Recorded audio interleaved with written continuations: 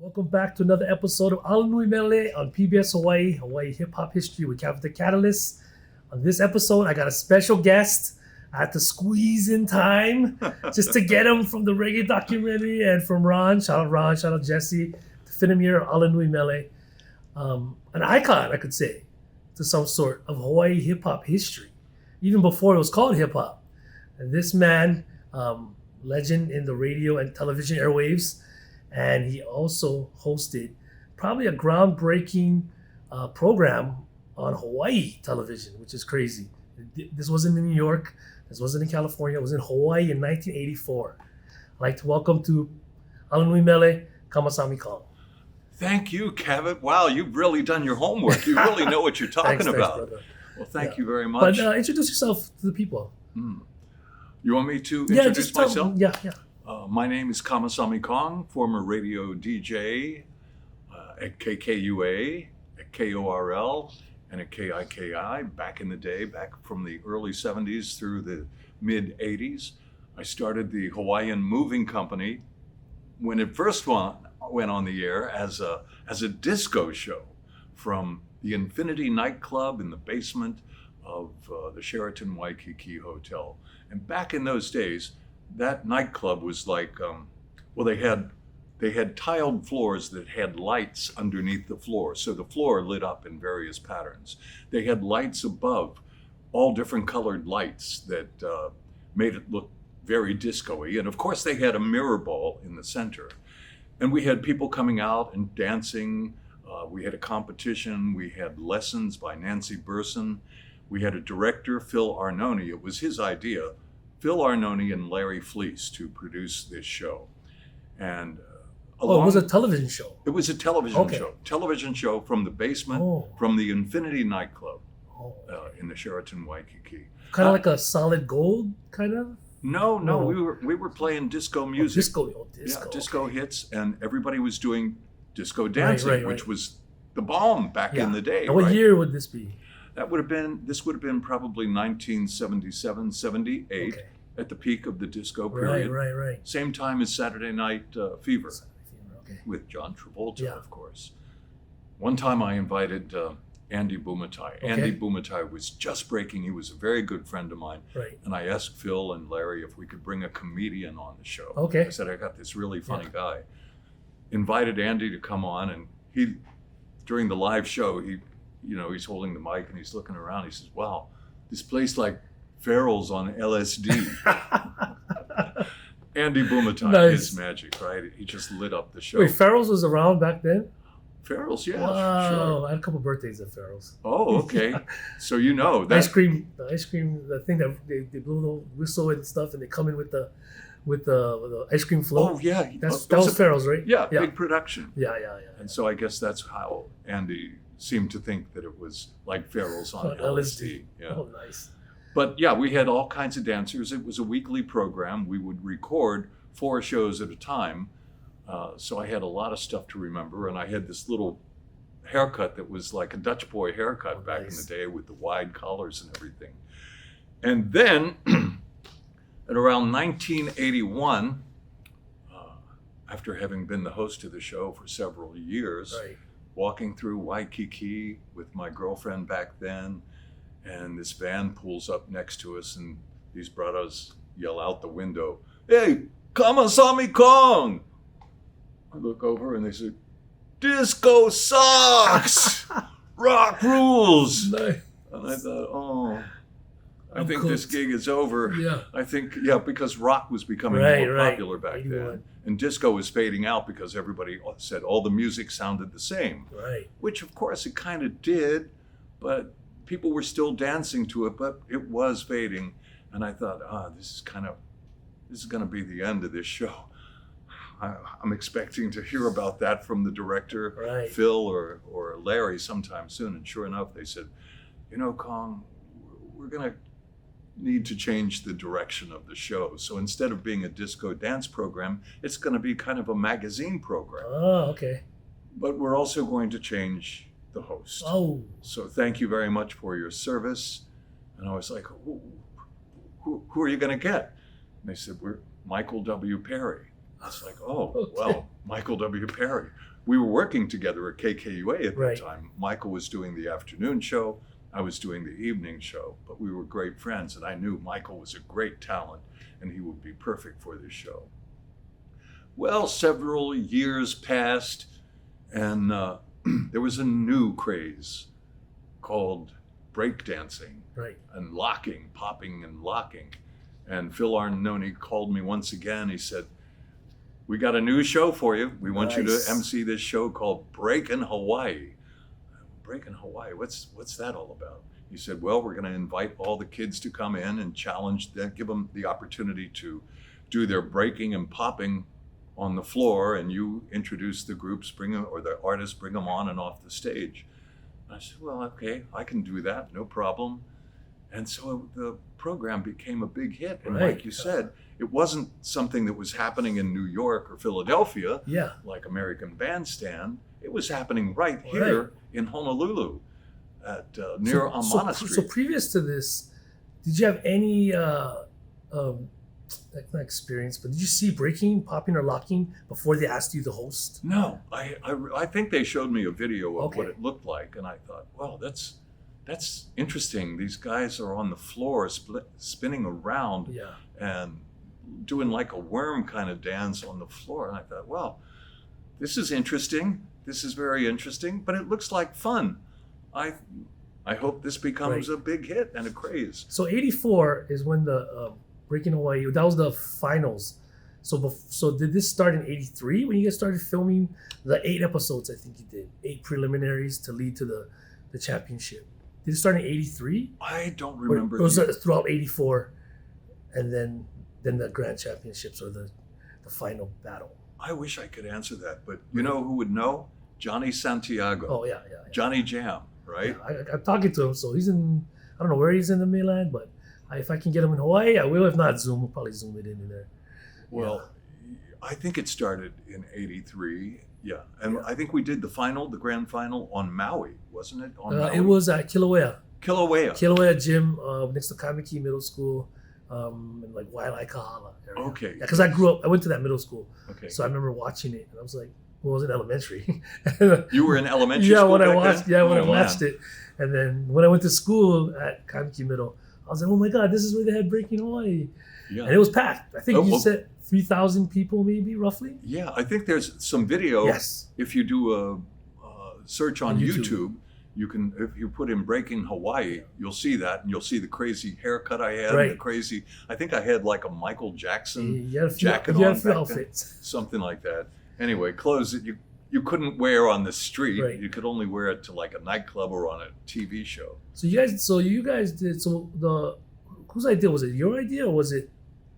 It was the idea of Phil Arnone. Phil and Arnone. I think, yeah, it was Phil's. Phil Arnone did. Do you know if he had any experience with dancing or popping, locking, and breaking, or he had the vision and he's seen it and he's like, this could be on TV? I think, I'm not exactly Right. sure about that, but I imagine that's probably the way Right. it was. But you had to believe in it in Oh. order for it to work, right? Yeah. Yeah. When I saw people perform it, and I saw how they put their heart and soul into their performances, and how they obviously had to practice a lot Yeah. before coming into the TV studio, and doing it on TV. Yeah, Because I remember, there was groups from every island, if I remember, that's right. Yeah. which is crazy because this is way before social media. Yeah, This is basically movies, television, radio was Yeah. done. And if you didn't see it on any of those three, or maybe experiential through like a cousin, an uncle, older uncle, or military, then you had no exposure to breaking, popping, or locking. that's right. Right. And word spread fast.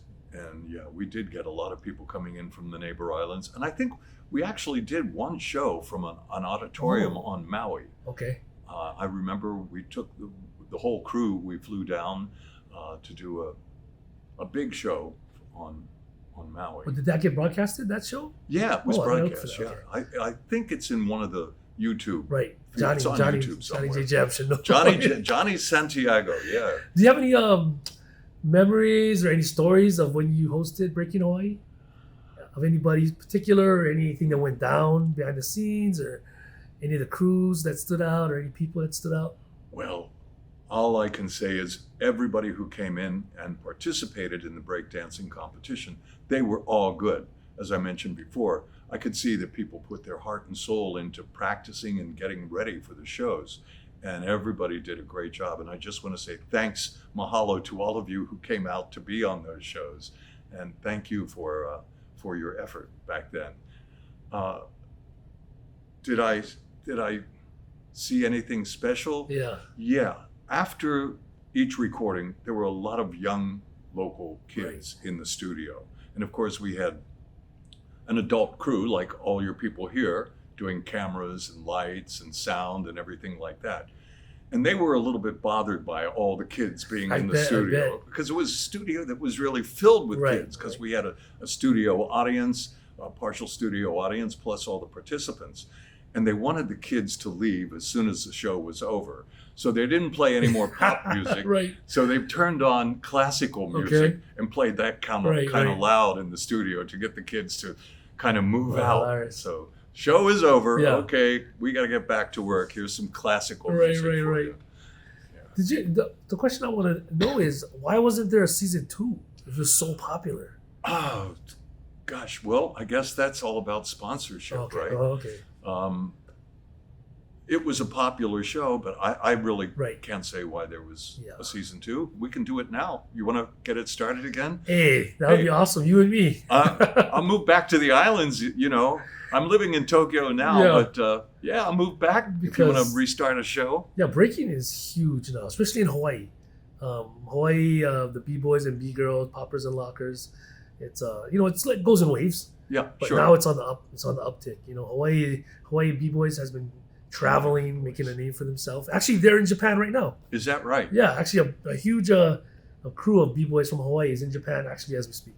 Well, get in contact with me. Let me know where you are. I'll come out to see you. Yeah. I definitely want to see you. I became really good friends with a guy named Nile Rogers. Oh yeah, Nile and I are very tight. Of Chic. Yeah. He and Bernard Edwards wrote many of those songs for Chic. Oh, freak out. Yeah. What? One of the big dance songs back in the day.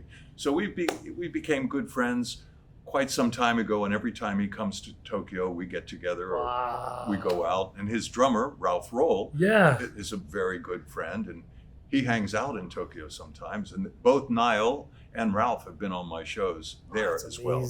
Nile was just in Tokyo just a month ago, performing with Marcus Miller, who he brought onto the stage, the great bass player, Candy Dolfer playing saxophone, and the group Chicago, all in one concert venue. It was a great day of music.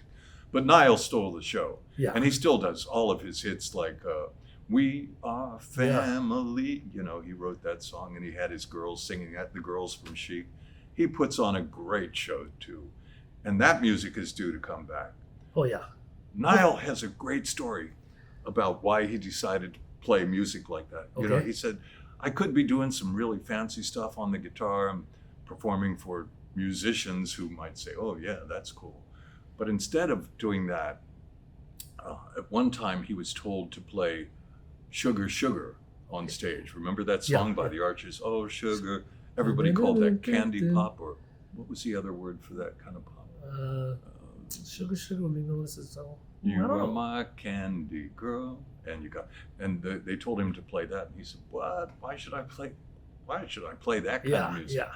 And the guy who was producing the show said that music appeals to the souls of many people. Millions of people love that music, and that song was #1 on the radio back in those days. So Nile had the idea, instead of making complicated songs, freak out. Just keep it simple. Catchy. Yeah, and catchy. He's a legend. I mean, it's dope that we got to talk about Hawaii hip hop and got into Nile Rogers. That's cool because he's hip hop. A lot of his stuff is sampled and used in hip hop. So that's dope that you're friends with him. Who was Sugar Hill Gang? Had that rap where they used his music. Was that him that produced the? He did not produce it, but they sampled some of his music to that hip hop, the hip hip hop, and you don't stop popping. That one. That's crazy. And, what was the other one? The man said, "Daddy, I don't want to go to school because the teachers." Oh, are the message. The message. The by, message. MELE and Furious 5. Yeah. Yeah, that's a classic too. Well, I didn't know they sounded Nile Rogers. Wow. Okay, here we Nile go. Rogers. I can send you a picture if you want, or several pictures. If you Yeah, send it to Chelsea. The pictures with you and Nile Rogers. That'd be really cool. Definitely. 2 more questions. Sure. So, back when you were hosting Breakin Hawaii, Yeah. did you ever think that breaking would be in the Olympics?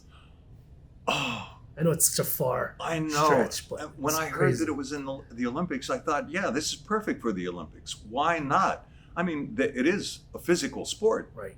I mean, it's a dance, but it could be considered a sport because it is so physical, Yeah. and you have to do so many things to make it look good. However, the girl from Australia, I don't know what was on her mind. Hey, I don't know. It's each its own. I mean, that's who they put out there, and that's who represent Australia. I don't know. But I think it belongs in the Olympics. Right. I think they said they're going to take it out, right? Yeah. So the host country, they can choose from a list of sports that they want to add. Right. For some reason, Los Angeles chose not to have breaking in their Olympics, which is weird because breaking originated from the United States. Yeah. So, go figure. So we have to wait another for 8 years to get back in the Olympics. I think you should restart a television program here in Hawaii, call it the Breaking Olympics, and do it right here from the Aloha Stadium or from the Waikiki show. Right. Oh, that'd be kind of cool. and have people come in from all over the world. It would be good for tourism. Yeah. You might be able to get support from the hotels, hotel managers, owners. I hope you're listening. Here's an opportunity for you. Japan, for sure. Japan, get in contact with Cavett, and let's make this thing happen. Yeah. The Breaking Olympics from Honolulu, Hawaii. Let's clip that right there. We use it as a promo. Yeah. Did you- How's this? Breaking on the beach. Oh, that would work. Yeah. Because that would really work. A break dance floor, a breaking floor on the beach with the sunset in the back. Oh, man. Or Music do it from playing. the wall. On Oh, the wall. Waikiki wall. Just put a platform out there where Yeah. the kids could dance with the sunset in the background, as you said, playing some breaking music. Breaking on the I beach gotta in talk Waikiki. to Mufi Hanneman. I think he's the head of a tourist authority or something. Mufi is a good friend. Hey, there we go. Mufi is a very good friend. He was just in Japan with a bunch of people from the tourist industry, and Donna Mercado Kim. They all came over. Mufi gave me a call and he said, "Kong, come join us at Gompachi Restaurant," which is the Kill Bill restaurant. Oh, Are you familiar with that of restaurant? course. Yeah. Quentin Tarantino went to that restaurant way back in the day, and he loved the design of the restaurant. It has a very high ceiling and 2 floors and a big pit in the middle. Right, yeah. And he saw that and he thought, that'd be perfect for my movie, for the nice. scene with the girl's name was Gogo, Right. Kuriyama, and Yeah. she was in that high school uniform, Right. swinging that chain around. Yeah, Uma yeah. Thurman was in the yellow outfit, Yeah. and they had this bloody fight in the Yes, movie yeah. Kill Bill, Yeah. right? That's the restaurant. That's the restaurant, What- Gompachi. where is it? Where's it located in Japan? It's in an area called Nishi Azabu. It's on Nishiazabu. Nishi Azabu Kosaten, which means the Nishi Azabu crossroads. Right. Yeah. Did Mufi know that was the restaurant, or you just Well, I don't. Somebody probably told him Yeah. about that, but yeah, he called and he said, "We're going to be there. Please come and join our entourage." awesome. So Hey, man. I mean, we'll be in contact then. yeah, Mufi, Definitely. you're the man to make it happen. Yeah, he's the man. Interestingly, I don't know. Can I mention something a little political? Oh. Slightly political. No, go ahead. Yeah. Well, before Donald Trump Right. became a presidential candidate, he built Trump Tower Right. here in Waikiki. Yes. And he came to Japan Okay. to have a press conference to try to get people to buy into his condominium. Right. Yeah. Dave Erdman from Pac Rim Marketing Okay. took Donald to Japan, and I was a member of the press conference, and I had to sit in kind of the front because if you arrive a little bit late at a press conference in Yeah. Japan, then you have to start sitting toward the front. Right. Right. The cool people kind of get in the middle. Right. But if you arrive late, and Donald, of course, saw me sitting in the front, he was answering all kinds of questions from the various reporters about money, mortgages, all that sort of thing. And he got to one point in the interview where he pointed to me. He says, you I bet you don't have a question. I was the only guy in there with blue eyes and blonde hair. Oh, wow. He said, I bet you don't have a question about anything financial. Right. It was like, yeah, my name is Kamasami Kong from Tokyo FM. And my question is, when you have your opening ceremony there, will you have music? And if you'll have music, would you be inviting our mayor, Mufi Hanneman, to come and perform? Because Mufi can sing some beautiful Hawaiian songs, which definitely would be very appropriate for your grand opening. And he said something to the effect, yes, I would love to have Mufi come and sing at the grand opening because he is a great man. Nice. Although we don't see eye to eye on everything, he was the man who helped make this dream come true. He gave this really great speech talking about Mufi. Wow. And of course, I recorded the whole Yeah. thing, and I had it on my little digital recorder, and I sent it in to Mike Perry and Larry Price, Yeah.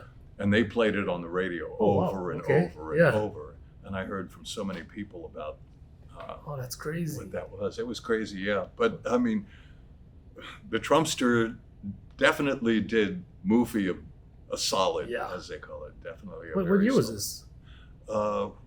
Slightly. Before they opened the Trump. Well, just around the time when they Waikiki. opened the Trump Tower here in Waikiki. Oh, so Mufi was the mayor? Mufi was the mayor back yeah, then. yeah. And Mufi came to Japan together with Right. Danny Kalaikini for another tourism junket. And we got together and I think we went out and Mufi sang. And I was like, oh, I didn't know you could sing. You're actually really good. Nice. Great singer. So I thought, okay, yeah, I'll store Did he this. end up singing at the opening of? I don't know if that happened or Right. not. Mufi, did that happen? We'll have to ask Mufi, Mr. Mufi, Hanneman. listen to a podcast. Okay. So did any opportunities come after Breaking Hawaii, with kind of dealing with the hip hop or the breaking scene at the moment, or you just kind of moved on with your career? I kind of moved on. Well, the next thing I did, of course, was Brown Bags Right. to Start. Oh, okay. So that falls in Yeah. line with the homegrown Brown Bags. Yeah. Breaking kind of fit right in the middle of that, I Oh, yeah. guess. Well, homegrown, yes, and then Breaking, and then Brown Bags to Stardom. But Brown Bags to Stardom was not only a recording project Right. and radio project. Well, first we went out to the schools. It Right. started in the Yeah. schools. We recorded that, turned it into a radio show. After it became a radio show, it became an album. And after it became an album, we played it on the radio like crazy, mixing it in with Michael Jackson, Right, Earth, yeah, Wind and yeah. Fire, Kool and the Gang. So we're playing all these local kids between all these Nice. big hits, right? And the kids were becoming famous, and Right, we're yeah. getting requests for, high school students singing music on the Wow. radio. So we thought, who was it? Dennis Mahaffey, I think, at Okay. that time. He said, why don't we turn this into a TV show? Or no, Tom Moffat said, Oh, let's Tom turn Moffat. it into, my dear friend, Tom Moffat, Yes. late dear friend. He said, why don't we turn it into a thing at the Waikiki Shell? We'll make it a show at the Waikiki Shell. Yes, we'll do that. Then Dennis Mahaffey, I believe it was Dennis, who said, let's turn it into a TV show as well. So it went from high school auditoriums during lunchtime Right. to the Waikiki Shell, It's huge. and then to a TV show, and then on to Stardom for Tia Carrere, Right, right. Maleo, and all of those kids. Oh, that's cool. And I know I did something else on TV. Oh, I actually with KHNL Okay. and Rick Blangiardi. Right. Yeah, we did a TV called Hard Times, Straight Answers. Oh, Yeah, you guys might have that in somewhere. okay. And it was about how to get out of drug-related situations for high school kids here in Hawaii. And the idea was to write a script. We put it out to all the high schools, similar to Brown Bags. We Right. use the same mechanics as Brown Bags. So write a scenario about being involved in a situation where you're trapped with guys or people who want to use drugs. So one of the scenarios was the girl was in the car with her friends and they drove out to Sandy Beach and some guys broke out the powder and the Yeah, smokes yeah. and the alcohol and she didn't want to participate. Right, right. How do you get out of the Oh, that's situation? cool. So we had, we gave then to the audiovisual department at the high schools, we gave them a chance to come out with the crew from KHNL so they could watch how to make the videos to record these scenes. So everybody got involved in it. High times, straight answers. High times, straight answers. Yeah. And then we had, we played the videos. Right. We had a studio audience, and the videos were these professional things that were being produced by KHNL crew and the kids who had a chance to watch. They participated. Studio audience and a panel. One of the guys on the panel was from prison. He had been in prison as a result of using drugs. So he could give straight answers to the kids. And I had Michael W. Perry as the MC, and I was one of the producers of the show. So with Rick Blangione. That was ahead of its time then. Yeah. That was probably before you permanently moved to Japan. Yeah, that was one of the last projects. I think from one of these very same studios where we are right now. Okay, last question. Yes. Japan has a really dope hip hop scene, like really, really awesome hip hop scene. Yep. Did any opportunities or anybody recognize you while you were there for Breakin Hawai? No. Or no hip hop opportunities came when you moved there? Just the voiceovers or the voice things you did with them? I did do a TV commercial for Aquafresh toothpaste. And I did it with, who was I can't remember his name right now. The guy who taught Michael Jackson how to dance. His name escapes me right now, but I had to do a rap for Aquafresh toothpaste. You had to rap. Utsukushi ego, akorui ego. Clean, bright, pretty, seiki ketsunao ego. Jumping, dancing on my feet. Let's go. Showing off my pretty feet. Feeling psycho wonderful. Kimochi-i. Shiroi pop. Pop. Aquafresh toothpaste. Aquafresh pop. Yes. I forgot that entirely. I probably really messed that up. No, that's awesome. I never thought I'd get Kamasami. Boogaloo. His name was Boogaloo. Oh, Boogaloo Shrimp. Yeah, Boogaloo Shrimp was in that commercial. Okay, that's right. He taught Michael Jackson the moves. And we did that. They flew us all to Los Angeles to do that TV commercial. That is awesome. I never thought I'd get Kamasami Kong spitting some raps. Well, this is legendary now. You know, if you look up Aquafresh toothpaste and Boogaloo, you'll find it there, and you'll see him dancing and holding the toothpaste. Yeah, nice. It was fun. And on that note, anything else you want to say? Mr. Cavett, I just want to say thanks to you. Thank you welcome. For a great interview. You really did your homework with this. I know what it's like to prepare for an interview. Hip hop's my passion, so it's not a problem. And then I'm looking forward to this. So when I heard that you're doing the other ones, I was like, get me in there. So I kind of inserted myself into this. No problem. I enjoyed it very much. I love what you did. Now, do you dance? Are you a hip hop dancer? MC, DJ, and produce. I see. Yeah. So you don't the dancing, do any breaking or locking? That I gave that up. I realized that was not my element. Yeah. Me too. Yeah. I mean, I tried spinning on the floor one time and it just couldn't do it. Everything started from radio. I did radio at KTUH. College radio. KTUH, okay. For 5 years. I was probably a listener. Maybe. Yeah. This was 97 to 2001. Okay. Probably during one of my trips when I came back home, I probably listened. I would sample all the radio stations. That's where everything started.